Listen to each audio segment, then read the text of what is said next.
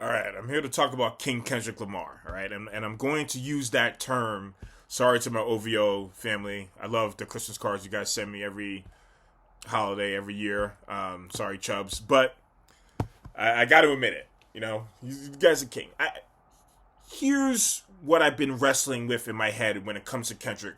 The past couple years, not just about the beef. The past couple years, as I've grown older into more of myself and more of like what I view in hip hop as like what I love and the success that I want to see in hip hop, and the diversity within the genre.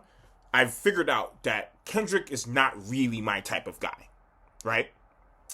I remember when Kanye first started dating Kim, and he would be going on these television shows, and he'd go on Kimmel, he'd go on even Angie Martinez, he'd go on The Breakfast Club. He'd have all these rants at the Yeezus shows and stuff. And I remember he would always stand up for Kim. He would say that, she deserves to be considered the Marilyn Monroe of her generation, which I do think he's right about. And all these different things. How, he's fighting for her and they're fighting for each other and whatnot. I remember expressing that he should, and I was like young at this point. I mean, I'm like 16, 17 when this is going on. And I remember thinking like, all right, yay, I feel you, but this is a white woman with privilege, a white woman that you love, and this is your partner, and always protect your partner. But she's also a woman of privilege and money, and does she really need you to fall on the sword like this? Because America, when you mess up, they will take everything from you. Now, Ye's fine, right? He's in Japan doing whatever the fuck. But at the same time, I remember thinking like, okay, I don't know if he should be doing this, but I also find it very human and very moving to be in love with someone and have so much passion for someone that you want to defend them publicly, at the risk of your own sense of worth or your own sense of masculinity. And I think Kendrick is the inverse of that in a lot of ways. He's very sterile. He's very stern. Every single thing you read about his partner, his fiance, Whitney Alford, she's holding the kids and he's holding like a gun or he's holding like a thorn, and it's like it's not my kind of thing. I respect it and I understand what he's trying to convey, but it's just not my speed. It's just not my speed. And so what I'm struggling with is, can I appreciate this guy who's so, and we'll get to the rapping on this record later, but he's so good at rapping, it's unreal. How good he is at it. It's unreal. And not in a Lupe Fiasco corny way either. He's getting better as an MC, I think, actually. Like the writing's a little bit less dense, and it has a little bit more flow, and it has a little bit more edge to it.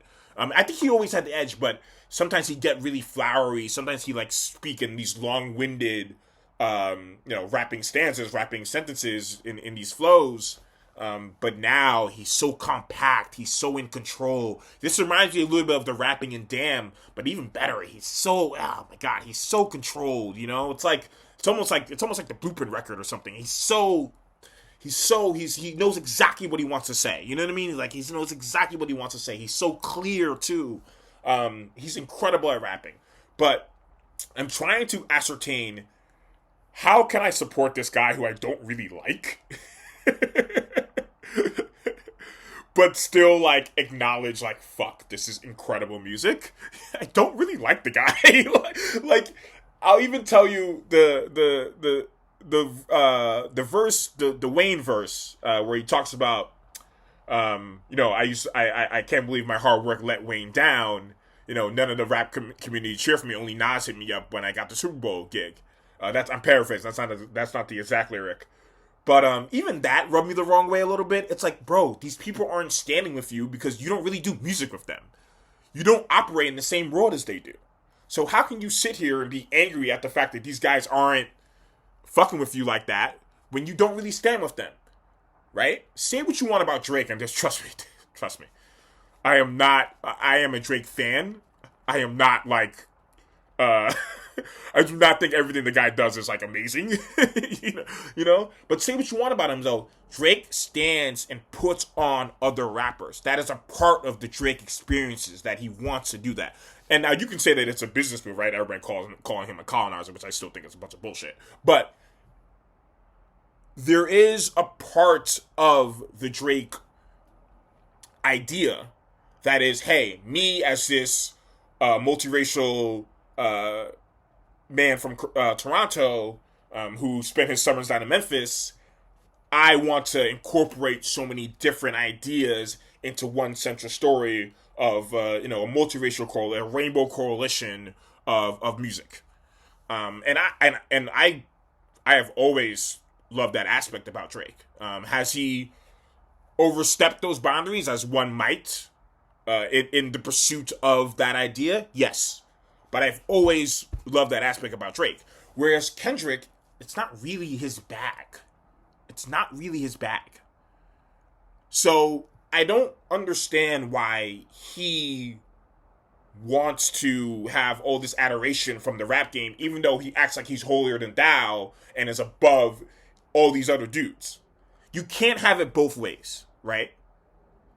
It's kind of what I've been saying about the Democrats, right? And Barack Obama and Kamala Harris. It's like you become this staunch elitist person, and then you start to lose elections because people view you as the elite, and you're letting the other guy who's also an elitist, let's be honest, get away with being the man of the people. You cease to become the man of the people once you become the elite. The thing about Ye that I think is very interesting is he was able to kind of do both. There's an imperfectness about Ye that he was able to kind of have a coalition of the people, but also be this like really staunch and incredibly talented member of the black elite. But in a lot of ways, he rejected that. Whereas in a lot of ways, Kendrick has, as his career gone on, embraced that. You know, a lot of what Kendrick is doing is this like reaffirming this idea of black excellence. And I think that's very important. I'm someone who considers himself to be talented, and I want to be also considered black and excellent, because I am black and excellent. But I also can understand why these group of street rappers, and even including even like a guy like Cameron, isn't running to support you. You don't do music with these guys, right? Like, so how can you really be upset? With that being said, the guy is just amazing at rapping. It's unreal.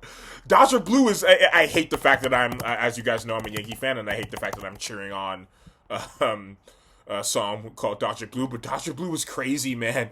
I mean... Whacked Out Morals is crazy. Like, the rapping is so good. You know, Snoop posted Taylor Made. I prayed the worst, the edibles. I couldn't believe it. It was all right for me. Let it go. Won the Super Bowl, and now I was the only one who congratulated me. All these niggas agitated. I'm glad they showed their faces. Quite frankly, blame the artist, but they outdated. Like, he's just so compact, and he's so controlled now, and he's an incredible MC. I just don't think the guy's cool. And so I'm struggling with that. Because I was always taught in New York, especially being from New York, that all the best rappers have to be cool, right? Jay-Z stopped being a kid in New York because he wasn't cool. And so I just struggle with that with Kendrick. But man, the rapping's unbelievable, and the production's solid. The production's solid. He got out of this like... He got out of the really corny Morale and Big Steppers mindset where everything had to be like this drowsy sound that wasn't enjoyable. That's a corny mindset. Just make the best music and have the best beats. Simple as that. And I think this is more in line with it. This is an early reaction. I've been guilty of being impulsive about takes in the past, which isn't wrong. So this is an early reaction. But yeah, man, I just wanted to work out my thoughts about him. He's a very complicated artist for me because I have a deep respect for him as a man, obviously. How can you not respect a man who's made it out of Compton, California, and is you know, biggest rap star in the world right now? You know, like, how can you not respect that? But I just don't like him and the vibe and the energy around him. Yeah, man. King Kendrick Lamar. He's one of one. I'm glad he exists in the world. I can't consider myself a member of the hive, of the PG Lang hive, but I got to give it up to him, man. He's a really great rapper. So I'm just trying to work. I'm always kind of working on my thoughts about, kind of always kind of wanting to think about. Excuse me, I'm doing this in one take, so excuse me for the verbal mistakes, but I just want to keep thinking about things always. And he's an interesting guy to think about, man. He's a genius. I just don't always love the genius. I just don't always love what it's about. I mean, he even samples a Tupac song in this, and I think it's to be like, yo, I am the true descendant of Tupac, right? Not you, Drake. And yeah, you know, he's certainly. I've always thought that Tupac had this like really sexual charisma that Kendrick just does not have. You know, Kendrick has short man energy. He really does. For all you short kings out there that are Kendrick fans, it's true. But again, great rapper. So, all right, Kendrick fans, you guys got the best rapper alive. Enjoy it.